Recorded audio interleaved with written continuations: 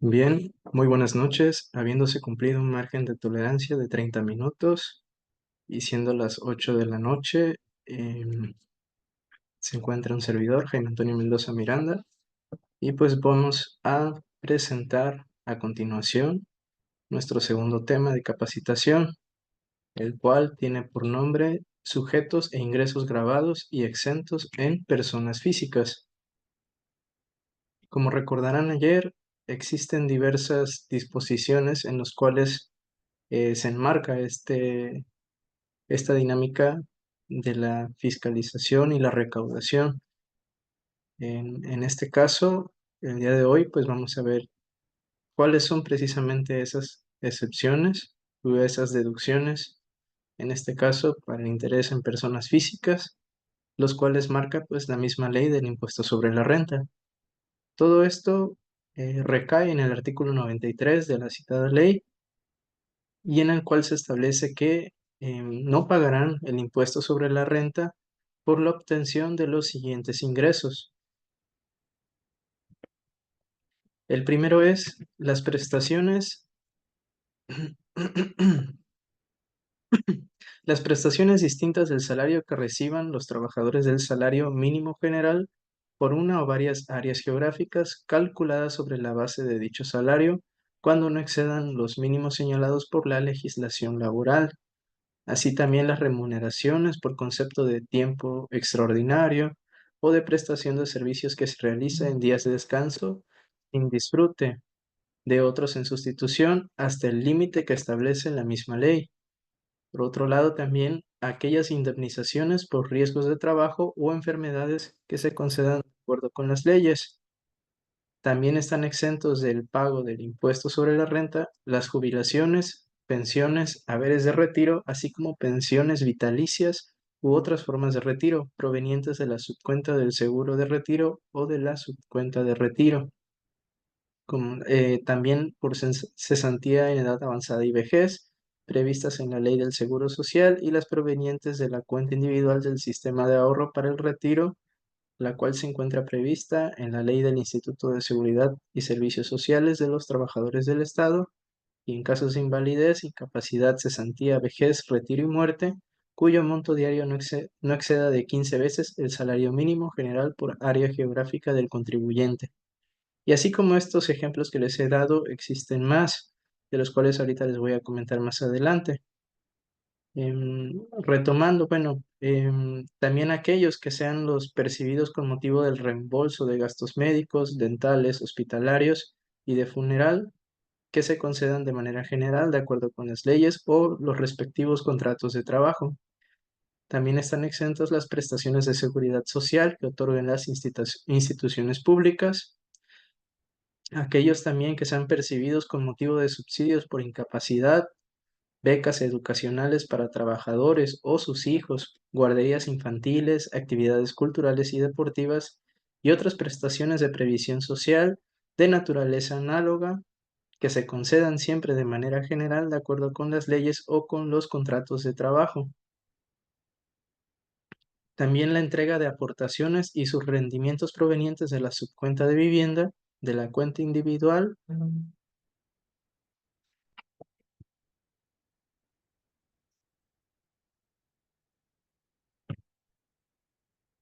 También está exento del pago del impuesto sobre la renta la cuota de seguridad social de los trabajadores pagadas por los patrones. También los provenientes de cajas de ahorro de trabajadores y de fondo de ahorro establecidos por las empresas para sus trabajadores, siempre y cuando reúnan requisitos de deducibilidad. También aquellos que obtengan las personas que han estado sujetas a una relación laboral en el momento de su separación, por concepto de primas de antigüedad, retiro, indemnizaciones u otros pagos, así como los obtenidos con cargo a la subcuenta del seguro de retiro o a la subcuenta de retiro, cesantía en edad avanzada y vejez, previstas en la Ley del Seguro Social,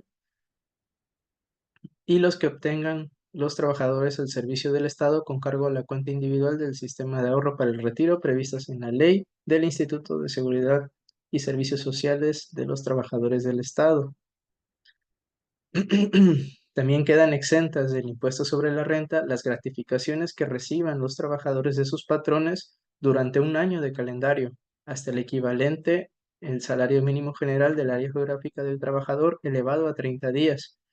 En la misma ley, al señalar los salarios mínimos generales, cabe recordar que con estas últimas reformas que ha tenido la legislación, ya se manejan unidades de medidas de actualización,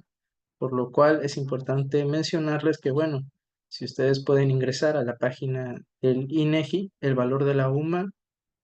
al año 2024 a partir de febrero diario se encuentra en 108 pesos con 57 centavos.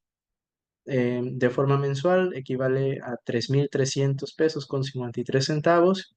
y de forma anual a 39.606 pesos con 36 centavos. Otros de los ingresos em,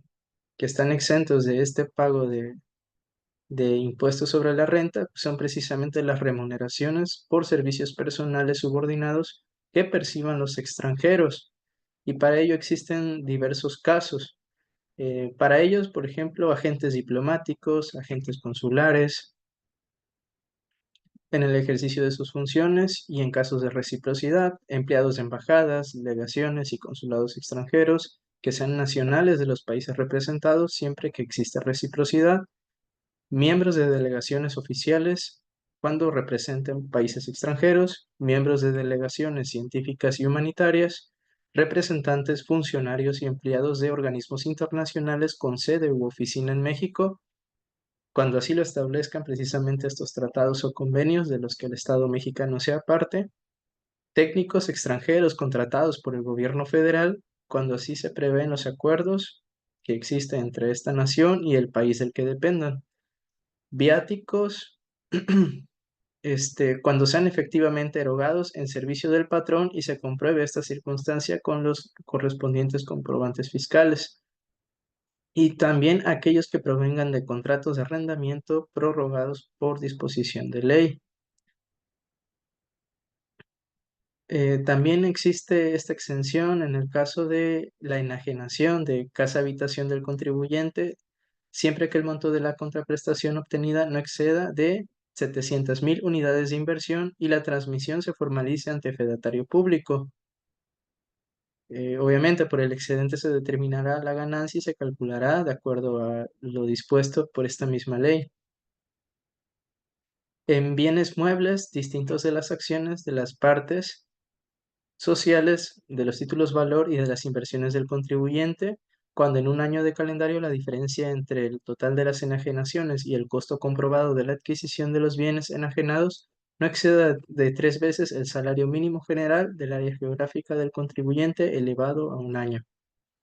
También quedan exentos los intereses, en este caso, aquellos pagados por instituciones de crédito, siempre que los mismos provengan de cuentas de cheques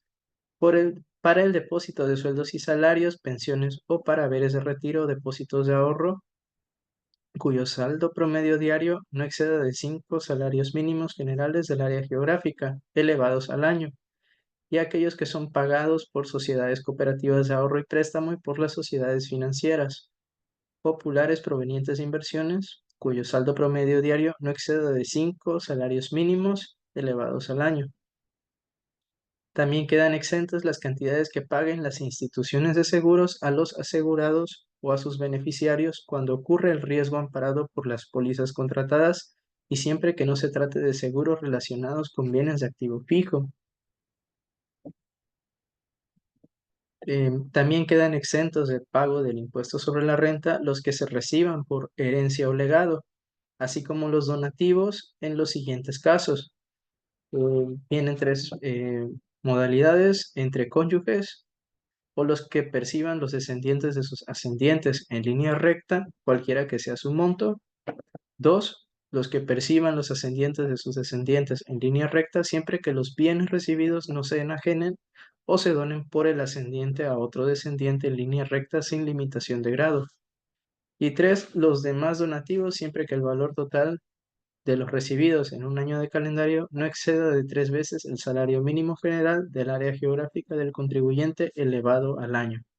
Por el excedente, pues obviamente se pagará el impuesto en términos de lo que marca la misma ley. Tampoco, bueno, quedan exentos los premios obtenidos con motivo de un concurso científico, artístico o literario, abierto al público en general o a determinado gremio o grupo de profesionales, así como los premios otorgados por la Federación para promover valores cívicos. Quedan exentos también las indemnizaciones por daños que no excedan del valor de mercado del bien de que se trate. También los percibidos en conceptos de alimentos por las personas físicas que tengan el carácter de acreedores alimentarios en términos de la legislación civil aplicable.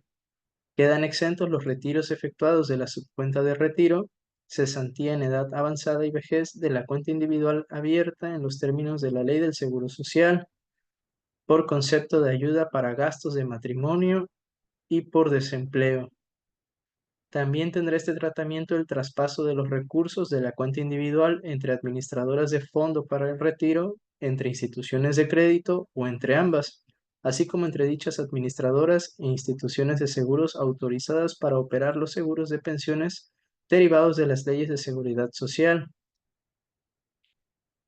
También quedan exentos aquellos que deriven de la enajenación de derechos parcelarios de las parcelas o sobre las que hubiera adoptado el dominio pleno de los derechos comuneros, siempre y cuando sea la primera transmisión de que se efectúe por los ejidatarios o comuneros y la misma se realiza en términos de la legislación en la materia. También quedan exentos los que se obtengan hasta el equivalente de 20 salarios mínimos generales del área geográfica que corresponde al contribuyente elevados al año por permitir a terceros la publicación de obras escritas de su creación en libros, periódicos o revistas, o bien la reproducción en serie de grabaciones de obras musicales de su creación, siempre que los libros, periódicos o revistas, así como los bienes en los que se contengan las grabaciones, se destinen para su enajenación al público por la persona que efectúa los pagos por estos conceptos, y siempre que el creador de la obra expida por dichos ingresos el comprobante fiscal respectivo. También, lo demás, por el excedente se pagará el impuesto en términos de esta legislación. Y pues básicamente estos son a grandes rasgos aquellos ingresos que quedan exentos del pago del impuesto sobre la renta. Cabe señalar, y viendo el cronograma que tienen establecido desde esta capacitación, que existen también deducciones personales que ustedes van a ir viendo en cada uno de los régimen que los demás ponentes van a abordar. En este caso, comentarles que existen deducciones también. En este caso, que son atribuibles dependiendo la naturaleza del ingreso que tenga el contribuyente. En este caso, existen diversos ingresos que marca la misma ley del ISR y podrán verlos a partir del siguiente artículo, que es el 94. En este caso, por ejemplo, comienza con ingresos por salarios y en general por la prestación de un servicio personal subordinado. Y entonces empieza a mencionar cuáles son esos ingresos que pueden ser considerados como salarios y un servicio personal subordinado. Y señala que, bueno, estos ingresos em, que se asimilen son los siguientes: remuneraciones y demás prestaciones obtenidas por los funcionarios y trabajadores de la Federación, de entidades federativas y de municipios, aun cuando sean por concepto de gastos no sujetos a comprobación, así como los obtenidos por los miembros de las Fuerzas Armadas. También pueden ser homólogos a aquellos rendimientos y anticipos que obtengan los miembros de las sociedades cooperativas de producción, así como los anticipos que reciban los miembros de sociedades y asociaciones civiles. También se consideran los honorarios a miembros de consejos directivos, de vigilancia, consultivos o de cualquier otra índole, así como los honorarios a administradores, comisarios y gerentes generales. Y finalmente, aquellos honorarios a personas que presten servicios preponderantemente a un prestatario, siempre que los mismos se lleven a cabo en las instalaciones de de este último. Eh, Otro característica es también que los honorarios que perciban las personas físicas de personas morales o de personas físicas con actividades empresariales a las que presten servicios personales independientes, también son los ingresos que perciban las personas físicas de personas morales o de personas físicas con actividades empresariales por las actividades empresariales que realicen. Y continuamos con los ingresos obtenidos por las personas físicas para ejercer la opción otorgada por el empleador o una parte relacionada del mismo por adquirir incluso mediante suscripción, acciones o títulos de valor que representen bienes, sin costo alguno, a un precio menor o igual al del mercado que tengan dichas acciones o títulos de valor al momento del ejercicio de la opción, independientemente de que las acciones o títulos de valor sean emitidos por el empleador o la parte relacionada del mismo. Y bueno, como todo viene la excepción, no se consideran ingresos en bienes aquellos servicios de comedor y de comida proporcionados a los trabajadores, ni el uso de bienes que el patrón proporcione a los trabajadores para el desempeño de las actividades propias de estos, siempre que en este último caso los mismos estén de acuerdo con la naturaleza del trabajo prestado. El siguiente rubro tiene que ver con los ingresos por actividades empresariales y profesionales. En este caso, pues ya vimos primero lo que fueron las excepciones, quienes están exentos del pago del impuesto sobre la renta, y pues ahorita cada uno de estos temas que estoy abordando pues precisamente hace alusión a aquellas deducciones que deberán efectuarse por las personas físicas que obtengan ingresos por actividades empresariales o servicios profesionales. Y en este caso señala eh, la misma ley las siguientes: eh, devoluciones que se reciban o descuentos o bonificaciones que se hagan siempre que se hubiesen acumulado el ingreso correspondiente. También las adquisiciones de mercancías, así como de materias primas, productos semiterminados o terminados que utilicen para prestar servicios, para fabricar bienes o para enajenarlos. No serán deducibles conforme a esta fracción los activos fijos, los terrenos, acciones, partes sociales, obligaciones y otros valores mobiliarios. Los títulos valor que representen la propiedad de bienes, excepto certificados de depósitos de bienes o mercancías, la moneda extranjera, las piezas de oro o de plata que hubieran tenido el carácter de moneda nacional o extranjera, ni las piezas denominadas onzas Troy. También se consideran o podrán hacer las deducciones, los gastos, las inversiones, los intereses pagados derivados de la actividad empresarial o servicio profesional sin ajuste alguno, las cuotas a cargo de los patrones pagadas al Instituto Mexicano del Seguro Social y los pagos efectuados por el impuesto local sobre los ingresos por actividades empresariales o servicios profesionales. Continuando con el siguiente apartado, tenemos aquellos ingresos por arrendamiento y en general por otorgar el uso o goce temporal de bienes inmuebles. Y en este caso señala, se consideran ingresos por otorgar este uso o goce temporal de dichos bienes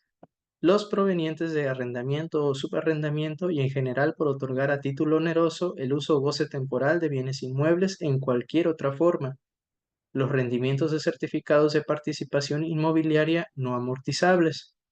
Y quienes obtengan estos ingresos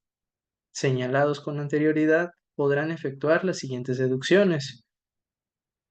Tenemos que son 6 y comenzamos con la primera, que son pagos efectuados por el impuesto predial correspondiente al año de calendario sobre dichos inmuebles, así como por las contribuciones locales de mejoras,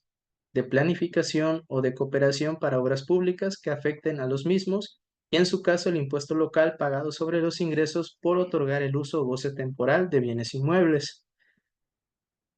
Como número 2 tenemos los gastos de mantenimiento que no impliquen adiciones o mejoras al bien de que se trate y por consumo de agua siempre que no los paguen quienes usen o gocen del inmueble.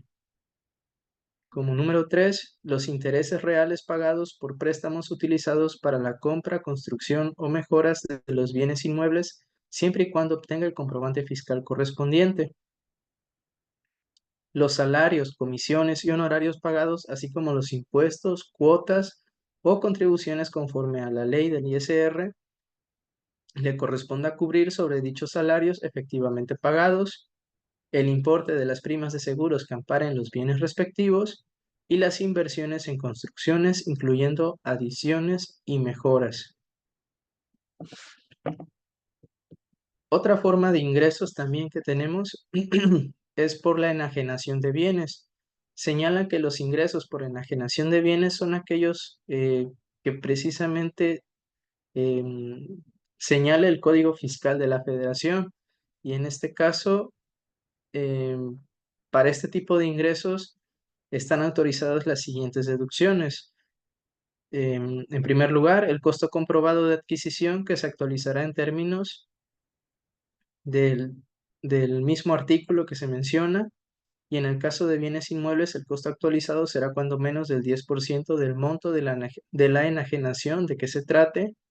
el importe de las inversiones hechas en construcciones, mejoras y ampliaciones cuando se enajenen bienes inmuebles o certificados de participación inmobiliaria no amortizables,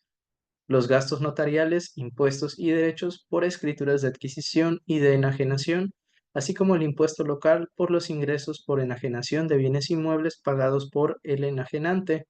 Serán deducibles los pagos efectuados con motivo del avalúo de bienes inmuebles y finalmente las comisiones y mediaciones pagadas por el enajenante con motivo de la adquisición o de la enajenación del bien.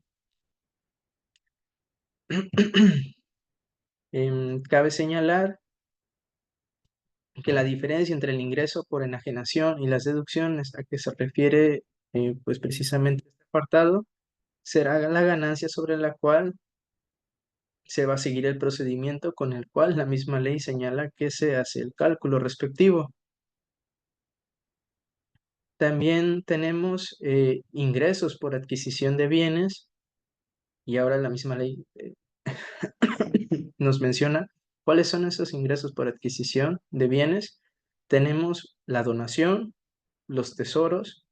la adquisición por la prescripción,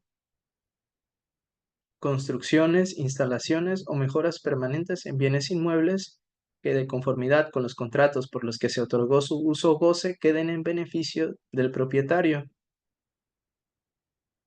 Y bueno, quienes obtengan ingresos por la adquisición de estos bienes señalados podrán efectuar las siguientes deducciones. Contribuciones locales y federales con excepción del impuesto sobre la renta, así como los gastos notariales efectuados con motivo de la adquisición, los demás gastos efectuados con motivo de juicios en los que se reconozca el derecho a adquirir, los pagos efectuados con motivo del avalúo y las comisiones y mediaciones pagadas por el adquiriente. Ya para finalizar esta sesión, tenemos cuáles son esos requisitos eh, que son aplicables para las deducciones. Bueno, cada, cada deducción autorizada en la ley del ISR para las personas físicas que obtengan ingresos de estos que les acabo de mencionar, deberán reunir los siguientes requisitos. El primero es que sean estrictamente indispensables para la obtención de los ingresos por los que se está obligado al pago de este impuesto.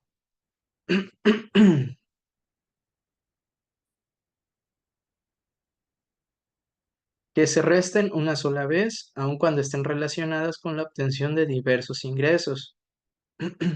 Tienen que estar amparados con el comprobante fiscal y que los pagos cuya contraprestación exceda de 2,000 pesos se efectúen mediante transferencia electrónica de fondos desde cuentas abiertas a nombre del contribuyente en instituciones que componen el sistema financiero y las entidades que para tal efecto autorice el Banco de México,